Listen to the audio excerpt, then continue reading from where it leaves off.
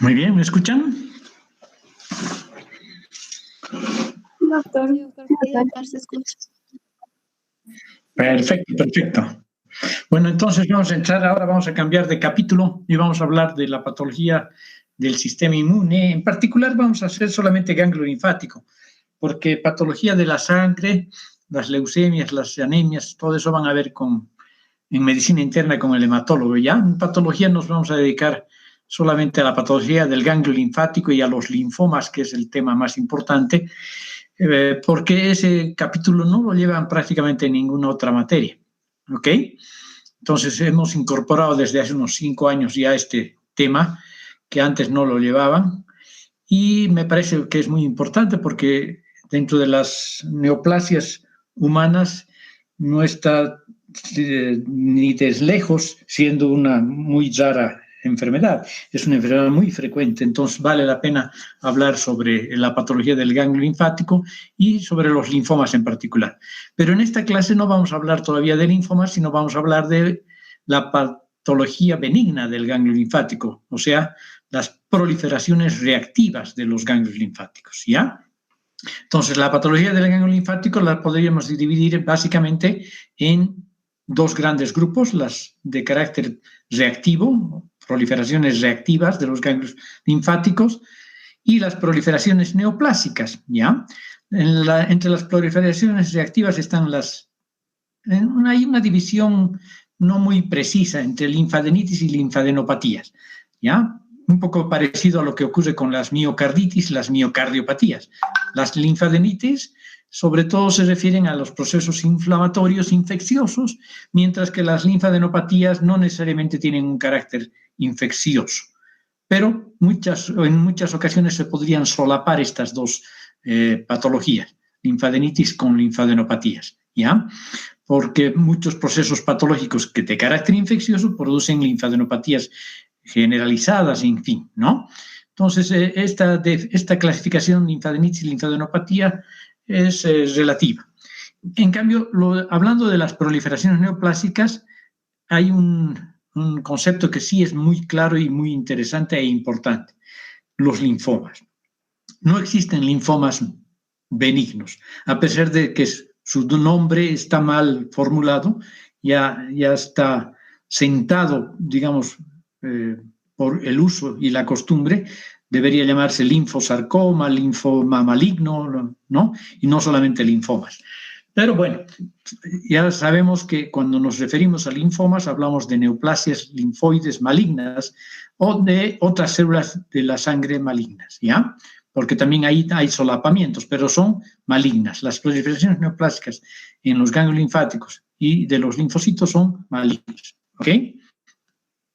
Muy bien, entonces aquí tienen ustedes un primer aspecto de la arquitectura normal de un ganglio linfático. Vean primero el de la derecha, en donde se ve todo un ganglio linfático perfectamente organizado, donde reconocemos el hilio del ganglio linfático, la cápsula del ganglio linfático, el borde opuesto al hilio, donde está una convexidad por donde ingresan los vasos aferentes, vasos linfáticos aferentes, los senos linfáticos que van desde el cortical, paracortical, medular, para salir la linfa por el vaso linfático eferente, y el parénquima hepático es que está dividido en una corteza y una zona medular, ¿sí? La zona cortical, que a su vez tiene dos regiones, una región folicular donde se encuentran estos folículos que ahora sí a la izquierda ven con más claridad, una de los folículos linfoides, que es un territorio, como ustedes ya saben, de linfocitos B,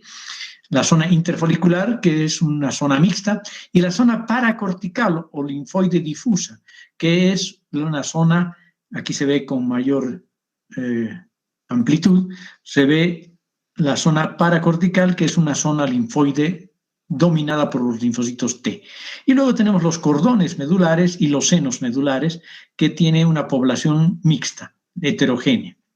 ¿Sí? Entonces, tenemos la cápsula, tenemos la corteza, tenemos la médula, tenemos los vasos linfáticos aferentes, los senos linfáticos corticales, medulares y el vaso linfático eferente, aunque también algunos autores describen vasos linfáticos eferentes, no uno solo, que contienen válvulas, ¿no? Muy bien, esa es la arquitectura normal de un ganglio linfático. Vean, esto les muestro, porque esta no es una clase de histología, pero les muestro para que vean la importancia que tiene en la patología del ganglio linfático reconocer las estructuras normales, porque la patología neoplásica, sobre todo de los ganglios linfáticos que vamos a abordar en las dos siguientes clases, los linfomas no Hodgkin y los linfomas Hodgkin, tienen mucho que ver con el desarreglo de este proceso arquitectural, de esta arquitectura ganglionar, ¿ya? Porque el diagnóstico del linfoma se hace más por la arquitectura ganglionar distorsionada que por las células, porque el pleomorfismo y la discariosis que caracteriza a los carcinomas, por ejemplo, no es necesariamente repetible en los linfomas. En los linfomas, por ejemplo, un ganglio que parece monótono y tranquilo puede ser un linfoma, mientras que un ganglio que tiene células heterogéneas, grandes, pequeñas, medianas, etcétera, plasmáticas, inmunoblastos, toda una serie de células, más bien puede ser un ganglio reactivo, ¿ya? Entonces, por eso es que les muestro esta arquitectura normal, porque tiene mucha importancia en el diagnóstico posterior que vamos a hacer de los linfomas y también un poco en los procesos reactivos, porque algunos procesos reactivos van a condicionar una proliferación de un componente y no de otro componente, ¿ya? En la hiperplasia linfoide, por ejemplo, lo que va a estar hiperplasiado, proliferado, incluso reemplazando los otros componentes del ganglio, van a ser los folículos, hiperplasia linfoide. O en la hiperplasia difusa, más bien va a ser el componente no folicular el que está agrandado, ¿ya? Entonces, en ambos sentidos, tanto en las proliferaciones reactivas como en las proliferaciones neoplásicas, tiene mucha importancia recordar la arquitectura ganglionar, ¿sí? Entonces, nos vamos a dedicar en esta clase a las proliferaciones reactivas de los ganglios linfáticos, ¿sí? El estímulo para estas proliferaciones reactivas, para estas hiperplasias, es muy variable y en muchas ocasiones es desconocida, ¿ya? Pero la gran parte de ellas son, por otra parte, conocidas y producidas por agentes bacterianos o virales o de sus productos, ¿ya? Y aunque no necesariamente encontremos al agente etiológico, podemos predecir por otros mecanismos que se podría tratar de un agente bacteriano o un agente viral o el producto de uno de ellos, ¿no? O por procesos inmunológicos o por procesos físicos o por depósitos de células extrañas, en fin, ¿no? Y el aspecto morfológico justamente de estas proliferaciones o de estas hiperplasias va a variar demasiado debido a los mismos estímulos incluso. El mismo estímulo puede producir una hiperplasia folicular, una hiperplasia mixta o una hiperplasia sinusoidal, etcétera, ¿ya? Y también puede variar con la edad. Las hiperplasias reactivas en los jóvenes son mucho más conspicuas que en los viejos, ¿ya? Y la capacidad inmunológica, ¿no? Hay patologías relacionadas con las inmunodeficiencias, por ejemplo, que pueden producir un patrón en un individuo y otro patrón en otro individuo y así sucesivamente, ¿ya? Y también la memoria inmunológica, ¿no? El contacto previo con el agente puede determinar un patrón arquitectural diferente en un individuo que en otro. Entonces, el cuadro histológico también va a variar de acuerdo a esto, justamente, y no solo a esto, a lo que acabamos de decir, sino al tiempo de exposición y a la duración del estímulo, ¿no? Básicamente, las patologías en todos los órganos, y esto no excluye a los ganglios linfáticos, se clasifican en agudas y crónicas, ¿no? Las agudas van a ver ustedes mucho menos conspicuas e incluso frecuentes que las linfadenopatías o linfadenitis crónicas, ¿ya?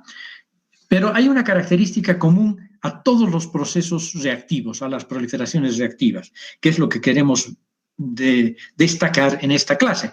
La conservación de la arquitectura fundamental del ganglio, eso que acabamos de ver en las imágenes de los cortes histológicos que les he mostrado, eso se tiene que conservar.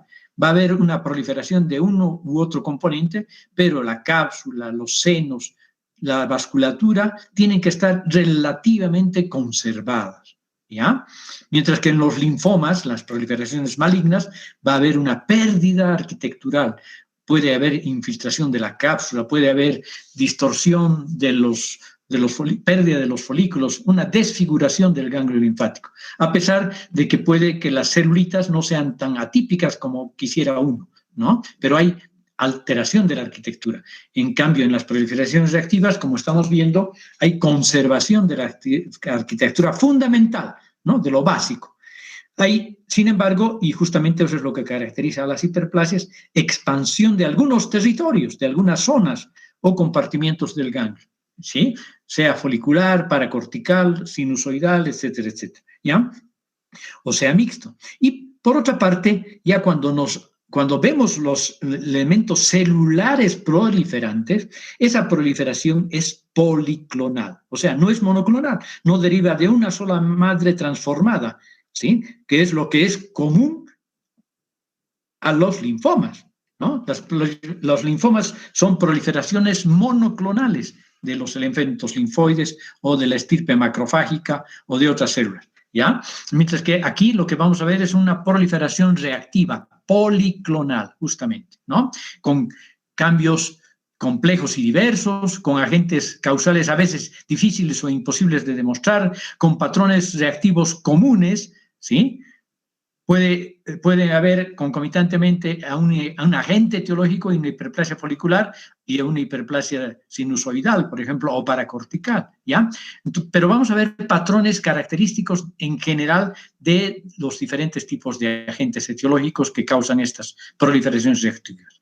Y claro, la respuesta inmune del paciente tiene mucho que ver con estos patrones arquitecturales de los que estamos hablando. Pero antes de hablar de cada una de ellas, vamos a hacer una especie de resumen general, ¿ya? De las linfadenitis hiperplásicas, linfadenopatías hiperplásicas. Ya les he dicho que hablar de linfadenitis y linfadenopatías puede ser sinónimo en ciertas circunstancias, ¿ok? La hiperplasia folicular, la no específica es la más frecuente, justamente, ¿ya? O sea que no se sabe por qué se causa, o puede ser bacteriana o viral, pero no específica, ¿sí? Ahora, la hiperplasia folicular un poco más específica, pero no patognomónica necesariamente, puede ser vista en la toxoplasmosis, en el SIDA, en la enfermedad de Kimura Fujimoto, en la enfermedad reumatoide, en la artritis reumatoide. En cambio, la hiperplasia parocortical y otras más, ¿ya? Como vamos a ir viendo. Pero estos son los característicos. La no específica y la toxoplasmosis, el SIDA, la enfermedad de Kimura, la reumatoide. La paracortical es más bien típica de la viral, y entre las enfermedades virales, la más representativa de este tipo de hiperplasia, que muchas veces ha sido diagnosticado como linfoma, es la mononucleosis infecciosa, ¿no? Virus de Epstein-Barr, el lupus eritematoso sistémico, la enfermedad de Kikuchi-Fujimoto, la linfadenitis dermatopática, la hiperplasia sinusoidal es otro patrón característico, la hiperplasia sinusoidal, la enfermedad de Dorfman-Rosay, o Rosay-Dorfman, la histiocytosis de células de Langerhans, las histiocytosis X, las enfermedades por depósito o almacenamiento de glucógeno, por ejemplo, o de esfingolípidos, en fin, de otros depósitos, la linfadenopatía por silicona en pacientes que han sido operados por el cirujano plástico con este tipo de material, ¿sí? Y por último tenemos las linfadenopatías granulomatosas, ¿sí? Que pueden ser o no necrotizantes, ¿no? La clásica linfadenitis no necrotizante es la sarcoidosis, mientras que la necrotizante es la tuberculosis. Pero aquí hablamos de una necrosis gaseosa centrogranulomatosa.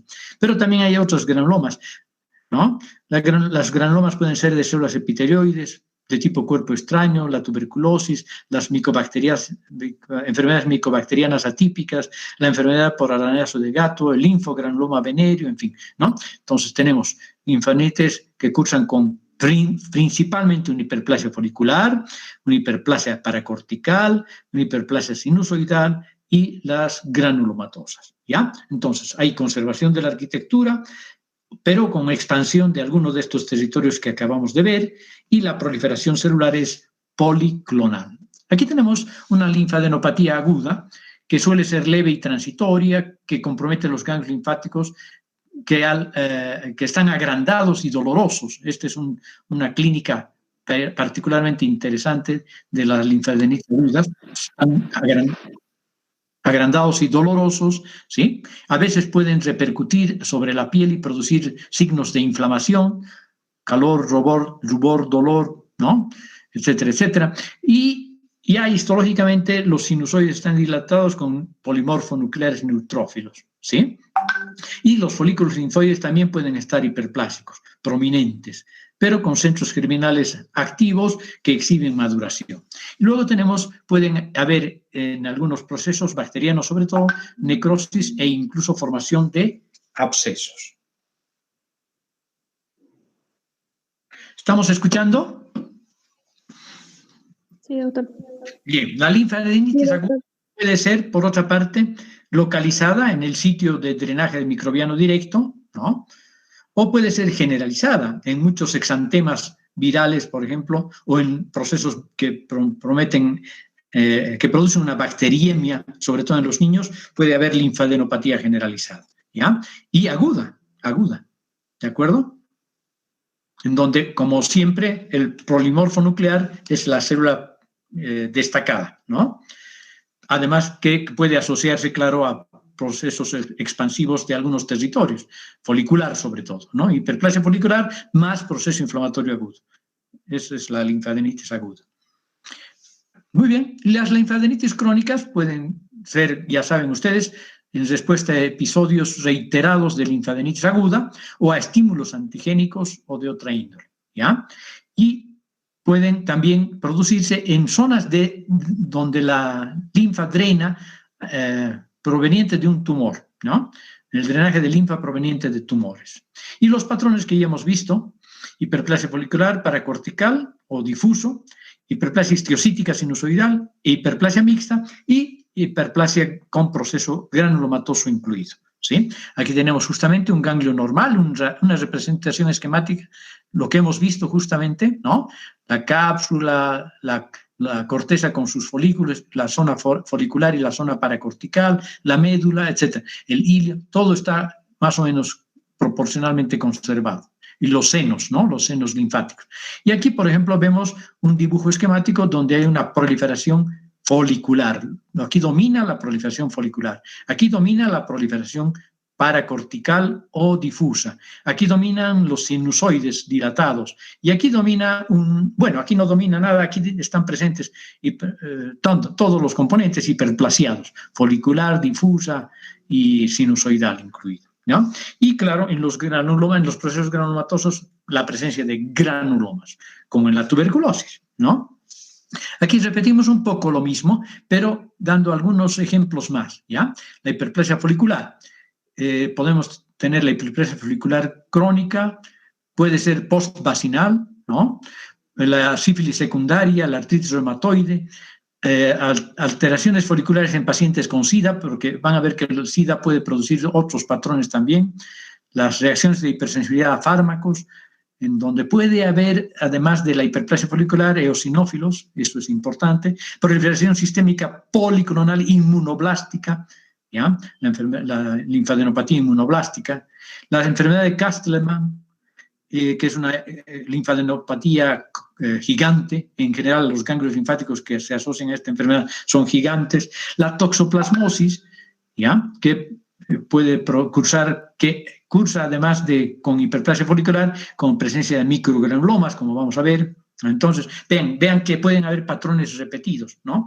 La hiperplasia paracortical es típica de las infecciones virales, postvacinales también, farmacológica, vean, algunos fármacos se repiten también. Algunos fármacos producen más hiperplasia folicular, otros más hiperplasia paracortical, como por ejemplo la fenitoína. La hiperplasia angioinmunoblástica, otra vez, puede dar cuadros de hiperplasia folicular y paracortical, y la adenopatía dermatopática, ¿no? Y las hiperplasias histiocíticas sinusoidales, el territorio de drenaje neoplásico. En general, cuando vemos una hiperplasia histiocítica sinusoidal y sabemos que hay un tumor en esa zona, es un dato de relativo mejor pronóstico, ¿no? Quiere decir que el individuo está reaccionando inmunológicamente a esa neoplasia. Y la última, la enfermedad de Dorfman-Rosay. Vamos a ver, además de estos cuadros, otros ejemplos, ¿ya? Y algunos no vamos a ver. Muy bien, hiperplasia folicular. Aquí lo que domina es la hiperplasia de los folículos linfoides, que contienen un manto y un centro germinal, como ustedes saben, ¿no? Los folículos linfoides que cuando son hiperplásicos son secundarios, obviamente, con un centro germinal muy desarrollado, ¿ya? Puede ser inespecífica o puede ser enfermedad de Clastelman o asociarse a todos esos procesos que hemos visto, ¿no? Es una manifestación intensa de una respuesta inmunológica de tipo B, linfocitos B, ante cualquier estímulo, ¿sí? Entonces, hay un aumento de volumen de todos los ganglios, de los ganglios regionales comprometidos, obviamente. Es muy común en niños y adolescentes, por eso es que hay que prestarles poca atención, pero sin dejar de hacer una buena clínica. No se nos vaya a pasar un linfoma de Hodgkin, por ejemplo, que pueden haber en los niños, o un linfoma linfoblástico, ¿no? Y en la mayoría de los casos no se detecta la causa, ¿sí? De repente hay un proceso bacteriano o viral subyacente, pero puede que no se detecte la causa. Y cuando es muy intensa en adultos, esto sí es importante, debe pensarse en la posibilidad de SIDA, artritis reumatoide o sífilis. Sobre todo si hay células plasmáticas en abundancia, sífilis, ¿sí? Muy bien. Y en la artritis reumatoide los folículos suelen ser gigantes, grandes, bien secundarios, desarrollados. Entonces el ganglio linfático macroscópicamente está aumentado de tamaño en 1 hasta 2 y a veces hasta 4 veces, ¿no? Tamaño normal, o incluso puede llegar a medir 4 centímetros, porque un ganglio normal mide en promedio, medio centímetro, ¿ya?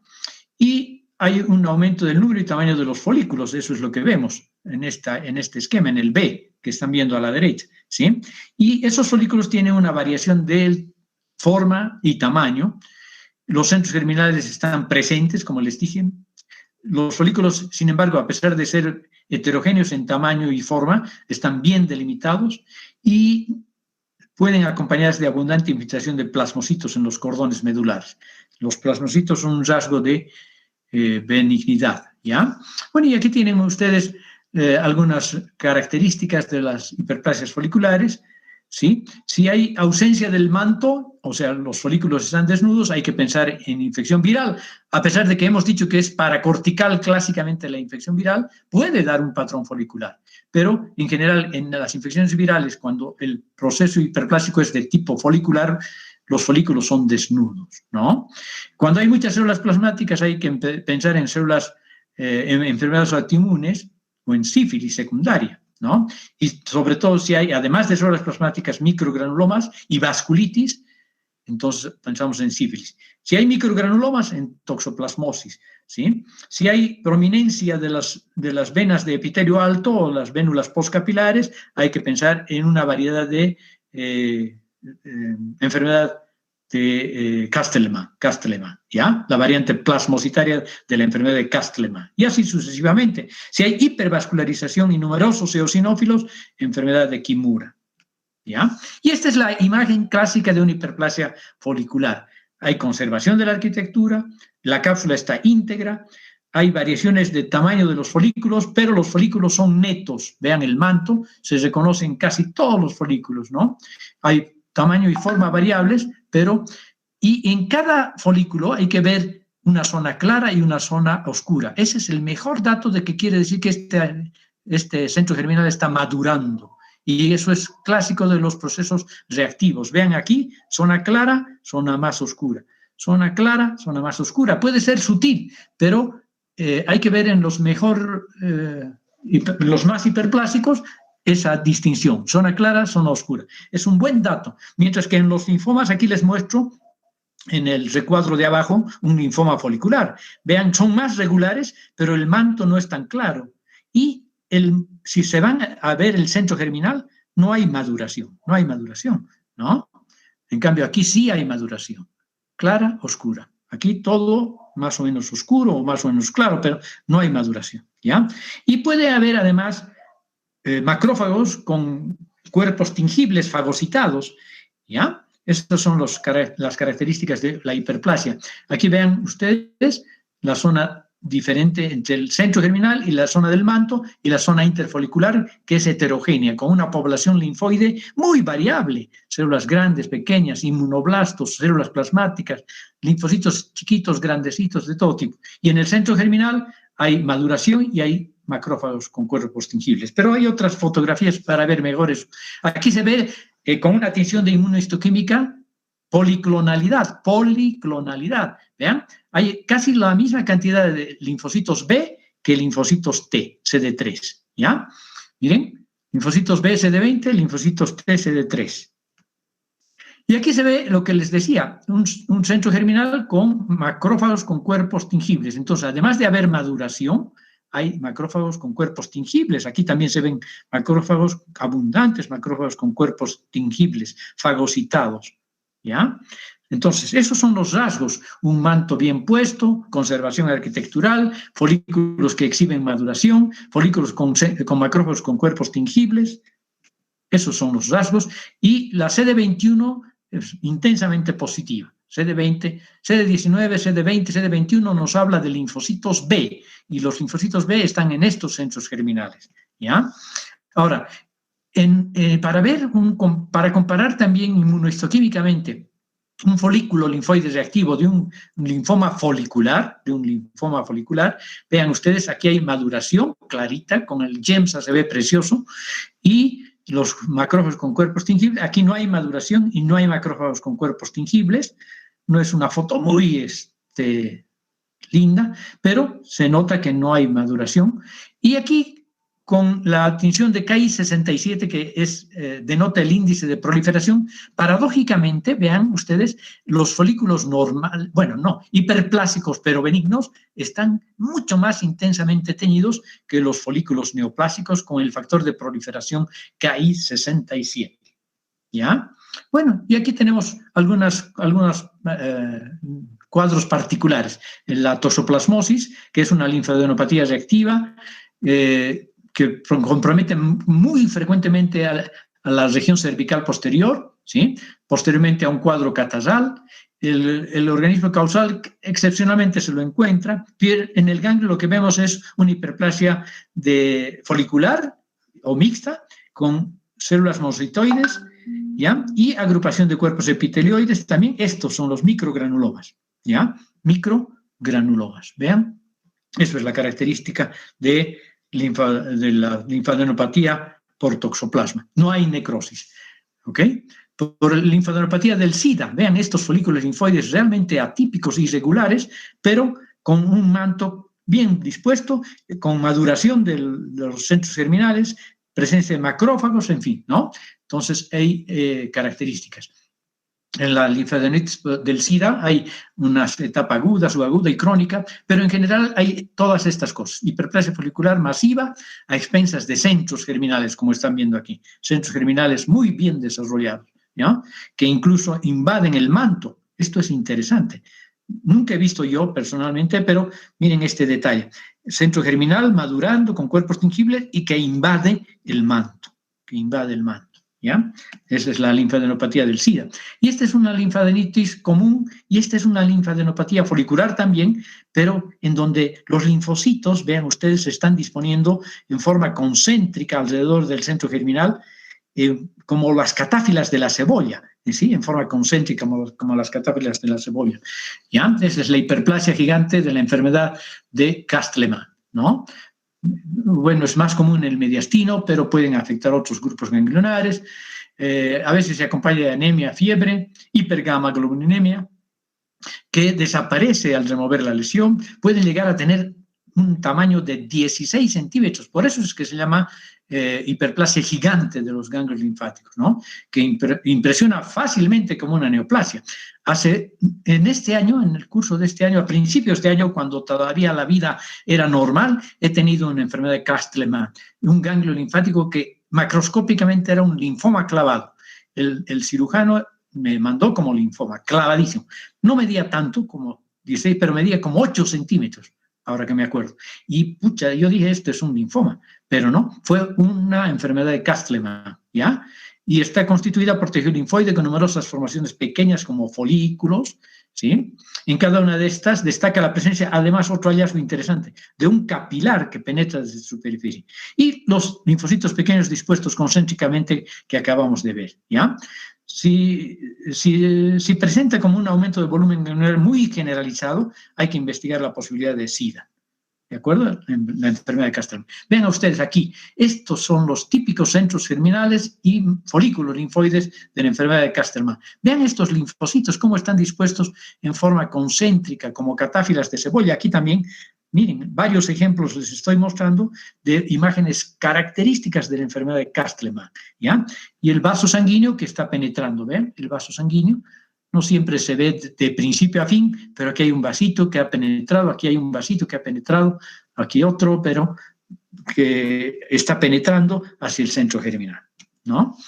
Bueno, el diagnóstico diferencial hay que hacerlo con procesos neoplásicos, obviamente, sobre todo con el linfoma folicular. Ya hemos visto varias de las diferencias, con el linfoma de células del manto, el linfoma periférico de células T tipo LAI-D y el plasmocitoma nodal, que nunca he visto. Bueno, y aquí tenemos un linfoma folicular. Vean, los folículos son más grandes, pero a veces son desnudos y no exhiben maduración, no tienen cuerpos tingibles, ¿no? Cuando es clásico es fácil, pero no siempre ocurre lo mismo, ¿no? Y aquí ven, la población linfoide es monótona, pero pueden haber células intermedias o un poquito más grandes. Entonces, la población está formada por linfocitos y linfoblastos, B, ¿ya? Aquí tenemos un linfoma del manto, que también es un diagnóstico diferencial. Vean, hay conservación relativa de los folículos linfoides, pero no hay centros germinales, o si hay, son muy reducidos, ¿no? Prácticamente atróficos, no se ve maduración, no se ve el clásico centro germinal. Entonces, más bien, las células del manto están proliferando, produciendo este engrosamiento del manto, y eso es lo que se ve en un linfoma de este tipo, ¿ya?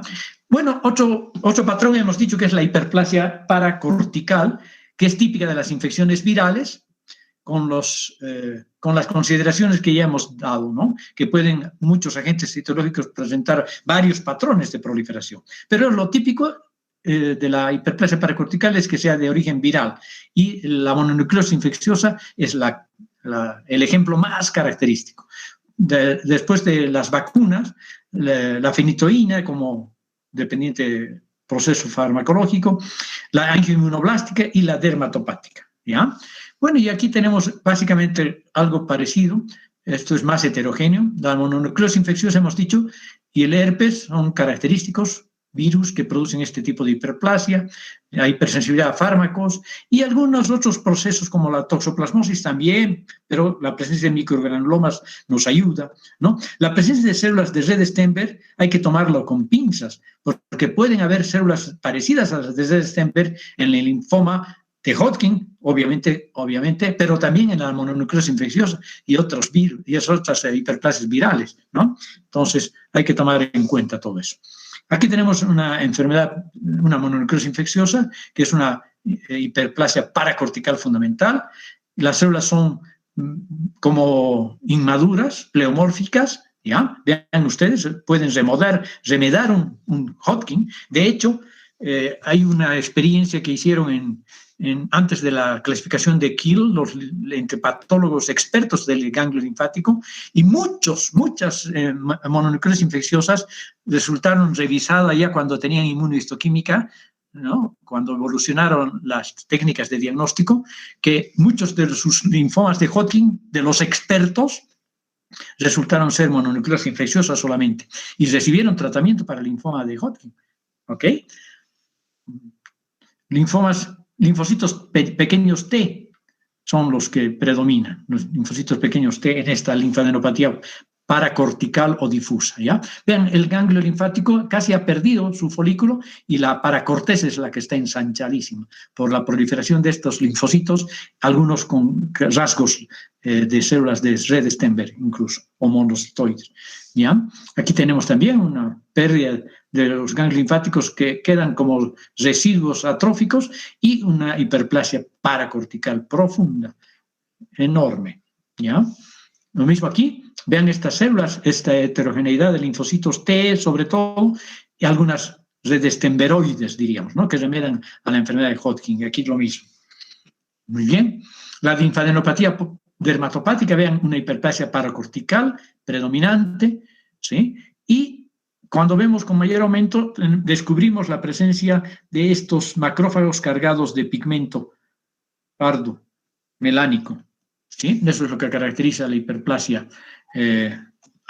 dermatopática, linfadenopatía dermatopática.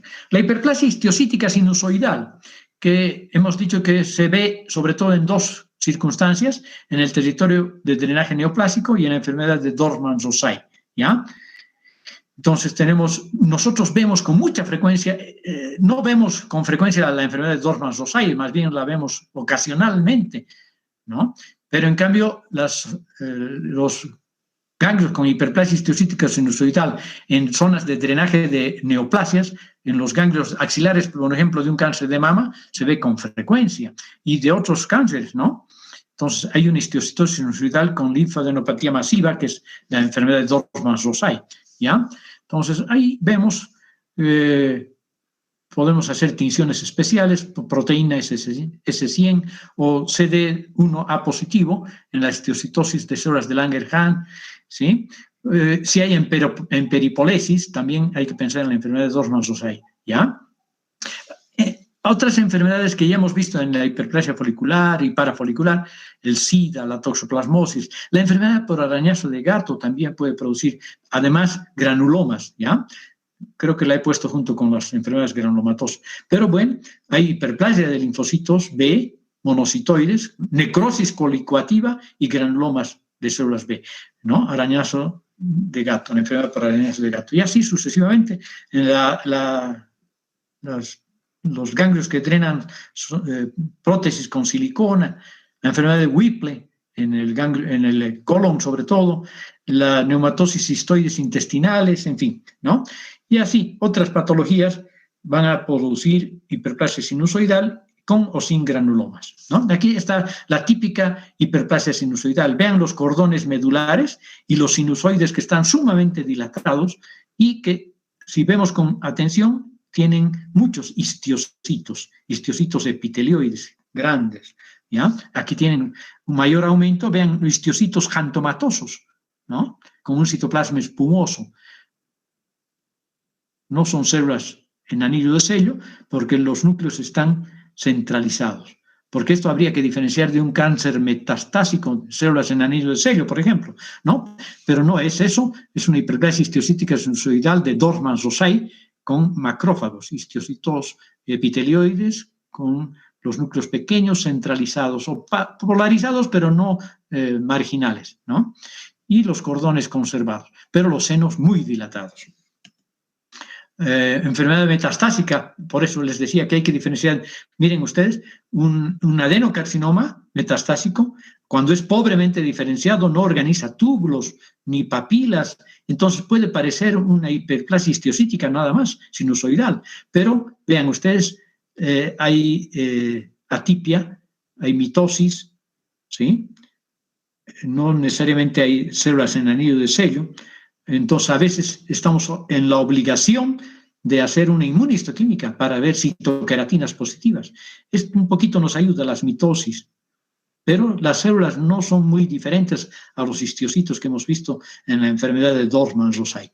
Y aquí también, este es un melanoma, parecen histiocitos epitelioides de la enfermedad de Dorfman-Rosay, pero no, con una tinción melan A, podemos ver que son células de un melanoma metastásico al ganglio linfático, ¿ya? Aquí tenemos otras linfadenopatías granulomatosas, como por ejemplo la toxoplasmosis, ya hemos visto, hiperplasia difusa, hiperplasia folicular y microgranulomas. Esto es lo que caracteriza. Vean, a veces se solapan. Estos microgranulomas son característicos de la toxoplasmosis. Y si tiene síntomas y además los ganglios linfáticos retrooccipitales son los comprometidos, hay que sospechar fuertemente toxoplasmosis. Los diagnósticos se hacen solo de sospecha. Hay que comprobar el agente etiológico mediante otras técnicas, ¿no? La enfermedad por arañazo de gato, vean estos granulomas con necrosis colicuativa, grandes granulomas en forma geográfica, ¿no? Entonces puede ser una linfadenopatía regional o local o autolimitada y sin secuelas en general, ¿ya? Y lo que vemos en el ganglio, lo que están viendo aquí, una hiperplasia folicular, esta necrosis geográfica que les he mencionado, y todas las que están proliferando son linfocitos B, monocitoides, ¿no?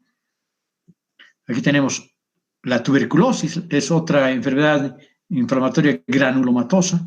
Vean ustedes las células de Langerhans, la necrosis gaseosa, que se ve como una necrosis mixta entre colicuativa y coagulativa. Nosotros los patólogos la describimos como necrosis granular acidófila, ¿ya? Y claro, con una tinción de Ziehl-Neelsen podemos distinguir la presencia de los bacilos.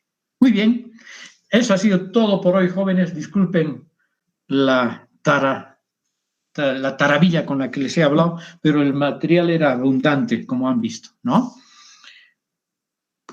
Muy bien.